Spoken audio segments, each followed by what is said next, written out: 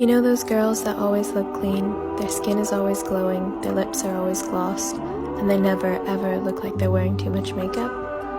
The compliment I've ever received is that I always look put together. So while I get ready to go out, I thought I would share a couple of tips on how I always look put together. The first thing is that I always get the same nails. I know this is super boring to most people, but I think always just having the same nails that go with every outfit makes such a big difference. It just makes me feel so put together. Second is my jewelry. I always have statement pieces that I wear. I'm a gold jewelry girl, so I've always got the same gold earrings in and statement pieces of jewelry and rings that I always have on. Another big thing is the hair. So for me, you will only ever catch me with my hair slicked back like this or down with like a bouncy blow dry. There is literally no in between. And I sleep with one of those like heatless hair curlers in so that I wake up every morning with perfect hair and I don't have to do anything to achieve it. Another really big thing for always looking put together for me is obviously your wardrobe, what you wear. So I always tend to pick out basics whenever I go shopping. Like I feel like my wardrobe is literally full of pieces like this, just basic pieces that I can throw together. Everything matches with everything, so that no matter where I'm going out, my outfit will always match. I also have staple scents that I always wear. So for body spray, the Bum Bum spray by Sol de Janeiro,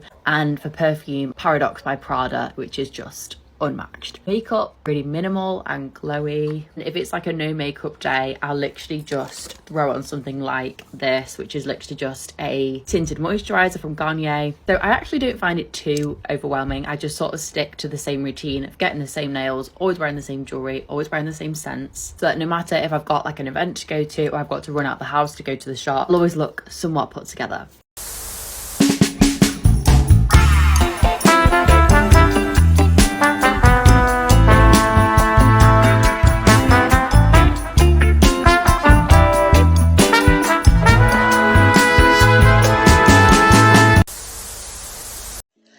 Hello, beautiful weirdos.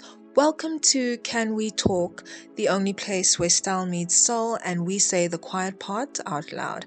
I am your host, the original Sunshine Bay, the professional sock mismatcher, the unlicensed vibe curator, and the proud aesthetic anarchist. So today's big one is, have aesthetics ruined individuality? Or are we just living in a golden age of curated identity? We're going to peel back the filters, unplug the ring lights, and talk about why we're all dressing like our Pinterest boards got hacked by late-stage capitalism. Okay, so let's start with a question. When did we stop being people and start being cause? Because in 2025, you're not stylish, you're in an aesthetic.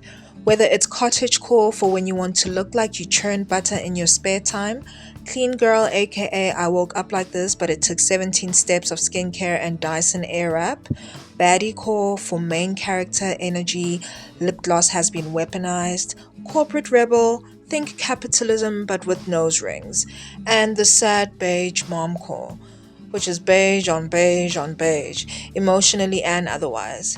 Each one is a menu of pre-approved vibes, personality sold separately. And the truth? We used to become and now we select. Well, it's very important that we are actually able to gauge how society perceives the subject. So now we're going to take a look at a couple of TikTok videos just to get a perspective of where the netizens are with regards to the subject. Say is probably going to put me in fashion stylist jail. Stop trying to figure out what your personal style aesthetic is. Because here's the thing, if it is personal, it's not going to fit into an aesthetic. I wish this pimple was permanent, it's so cute. We've come up with all of these styles, classic, boho. Brands can sell a product, not to help you find your personal style, but so that you're more marketable to sell things to. Not to mention, what we need from our clothes changes every couple hours, let alone day to day. The idea of finding an aesthetic that's going to work with us for our entire life makes no sense. In the same way we can ruin our style by only wearing clothes that are flattering, also ruin it by discarding clothes we like simply because they don't fit our aesthetic. Listen, all you gotta do when you go shopping is ask yourself, do I like that? Because if you look at it for a couple seconds longer, you might not. By being more selective and not forcing your opinions to be swayed by an aesthetic, you might start to notice your closet look a lot more unique. Cultures are dead. Now, it's all about the remix. Today I want to talk about how coreification killed subcultures and how the future of brand is all about remix culture. It might be difficult to remember, but before the internet, subcultures were about much more than just how they looked. Yes, they were primarily identified by aesthetic, but they ran a lot deeper. It was a community based around shared values, shared perspectives, and in some cases it was about shared skill sets as well. Then the internet came through and started to flatten everything. Suddenly everything was compressed into the visual realm. We took the aesthetics out of subcultures, but we stripped them of everything else. This is how we ended up with the coreification movement. Skate core, bloke core, cottage core, everything became cosplay. Step in, step out, move on. The transition would find its most influential voices with Dimna Vasalia as CD of Balenciaga and its stylist, Lotta Volkova. The latter who would famously say, there are no subcultures anymore, it's all about the remix. You see this ideological reflection in Balenciaga's collections. The entire world has become a reference, with other low-taste brand assets being remixed through high-taste production and marketing. This is an expression of the idea of brand as meme. You use your brand codes as a canvas over which the entire world can be overlaid. This kind of marketing works for a culture that feels like it's frozen in place. Because in a culture where it already feels so hard to create anything new, remixing what already exists in a new way is its own form of novelty. This kind of brand remixing is what I love about the collaboration between Troye Sivan and Gap. Because they could have just taken the easy road with the sponsorship deal. Let's take these 53 kilograms of pure sex and stick them in a bunch of basics. Instead, we get something new built out of the remix of the old. They created a dance video that featured a bunch of moves from his recent singles, but they set it over a Thundercat song. So there's an anchor for the audience to engage. Something familiar, something new. And the brand shines through by acting as the canvas while the artist shows the core product associations. Loose-fitting denim styles that allow for free movement and personal expression. Pause the video here and go take a look through the comments of the YouTube video. This is how you leverage a fandom. Well done to the team that put this together. And thank you, Troye. If I still had questions, you answered them. Aesthetics ruin subculture. Because everyone is trying to fit into a particular aesthetic, that you don't have to immerse yourself into that culture anymore to look a certain way. So for example, like the punk scene. When I was younger, I had to immerse myself in punk and rock music, go to Warped Tour, listen to the bands for me to immerse myself in that culture, which in turn influenced my fashion. But because that's not a thing anymore, people could just dress in whatever said aesthetic that they want to dress in. It doesn't really matter if you know anything about the subculture. Like, for example, punk used to be this like revolutionary thing that you were outside of the box and you were like, fuck the government and fuck society and fuck being a normal, right? And then now it's just like people that don't have those views per se are dressing like they do and just collecting clothes to fit an aesthetic instead of the clothes having a story behind them, which involves consumerism in a way, because you could just purchase these aesthetics instead of building the wardrobe and the culture and just learning about the subcultures to engage in them. But because you don't have to learn or engage in these cultures, then you can just dress however way you want to because it's so accessible. My lovelies, get ready with me.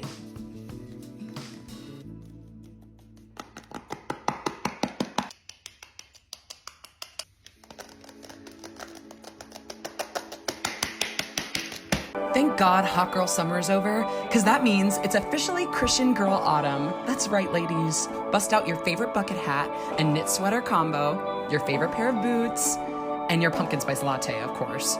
And that one Bible verse that you pull out once a year to put into your Instagram bio. Mine's Jeremiah 29:11. Let's truly join together this fall with some unity and wow. Worship and prayer. Get your mind out of the gutter.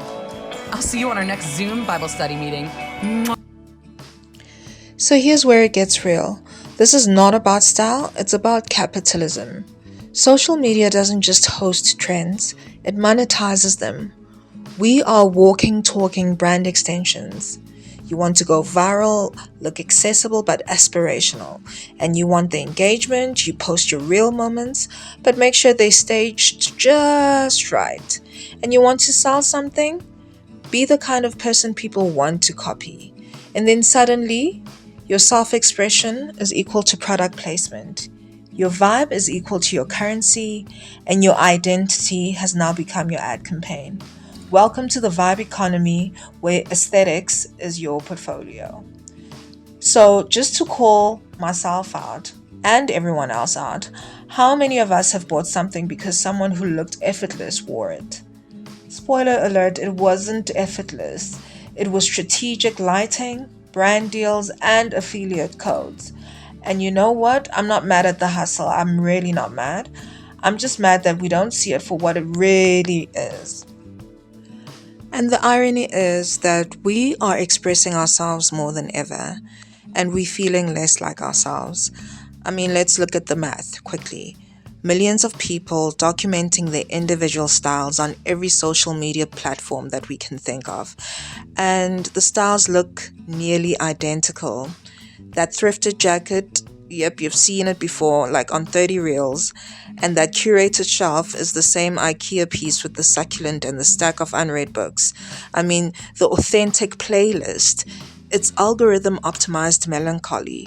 And it's like we're in a giant museum exhibit called How to Be Unique Together. And it's exhausting because you're not just existing anymore. It seems like it's some form of performance. Okay, so let's zoom out a little bit, right? Literally, TikTok, Instagram, Pinterest, they have become our style oracles. But algorithms don't really care about the authenticity, they care about the predictability of it all. Have you ever noticed how Gen Z style feels like high fashion drag on nostalgia? Because it really is. We're mixing Y2K, 90s grunge, and early Tumblr because that's what performs currently and that is what is trending. Low rise jeans didn't come back because we missed muffin tops, they came back because they trend very, very well. And for millennials, we're clinging to athleisure like it's a personality trait. So, what do we do? And how do we find our real selves in a culture that is obsessed with packaging? I just think people need to rebel a little bit.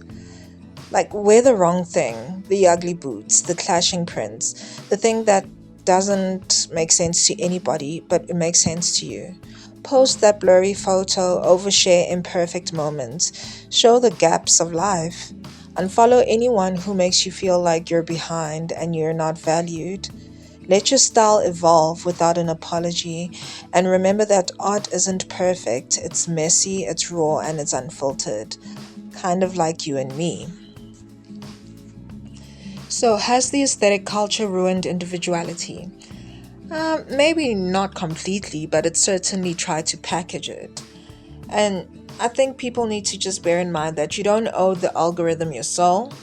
You don't need to fit the mood board. You just need to be you.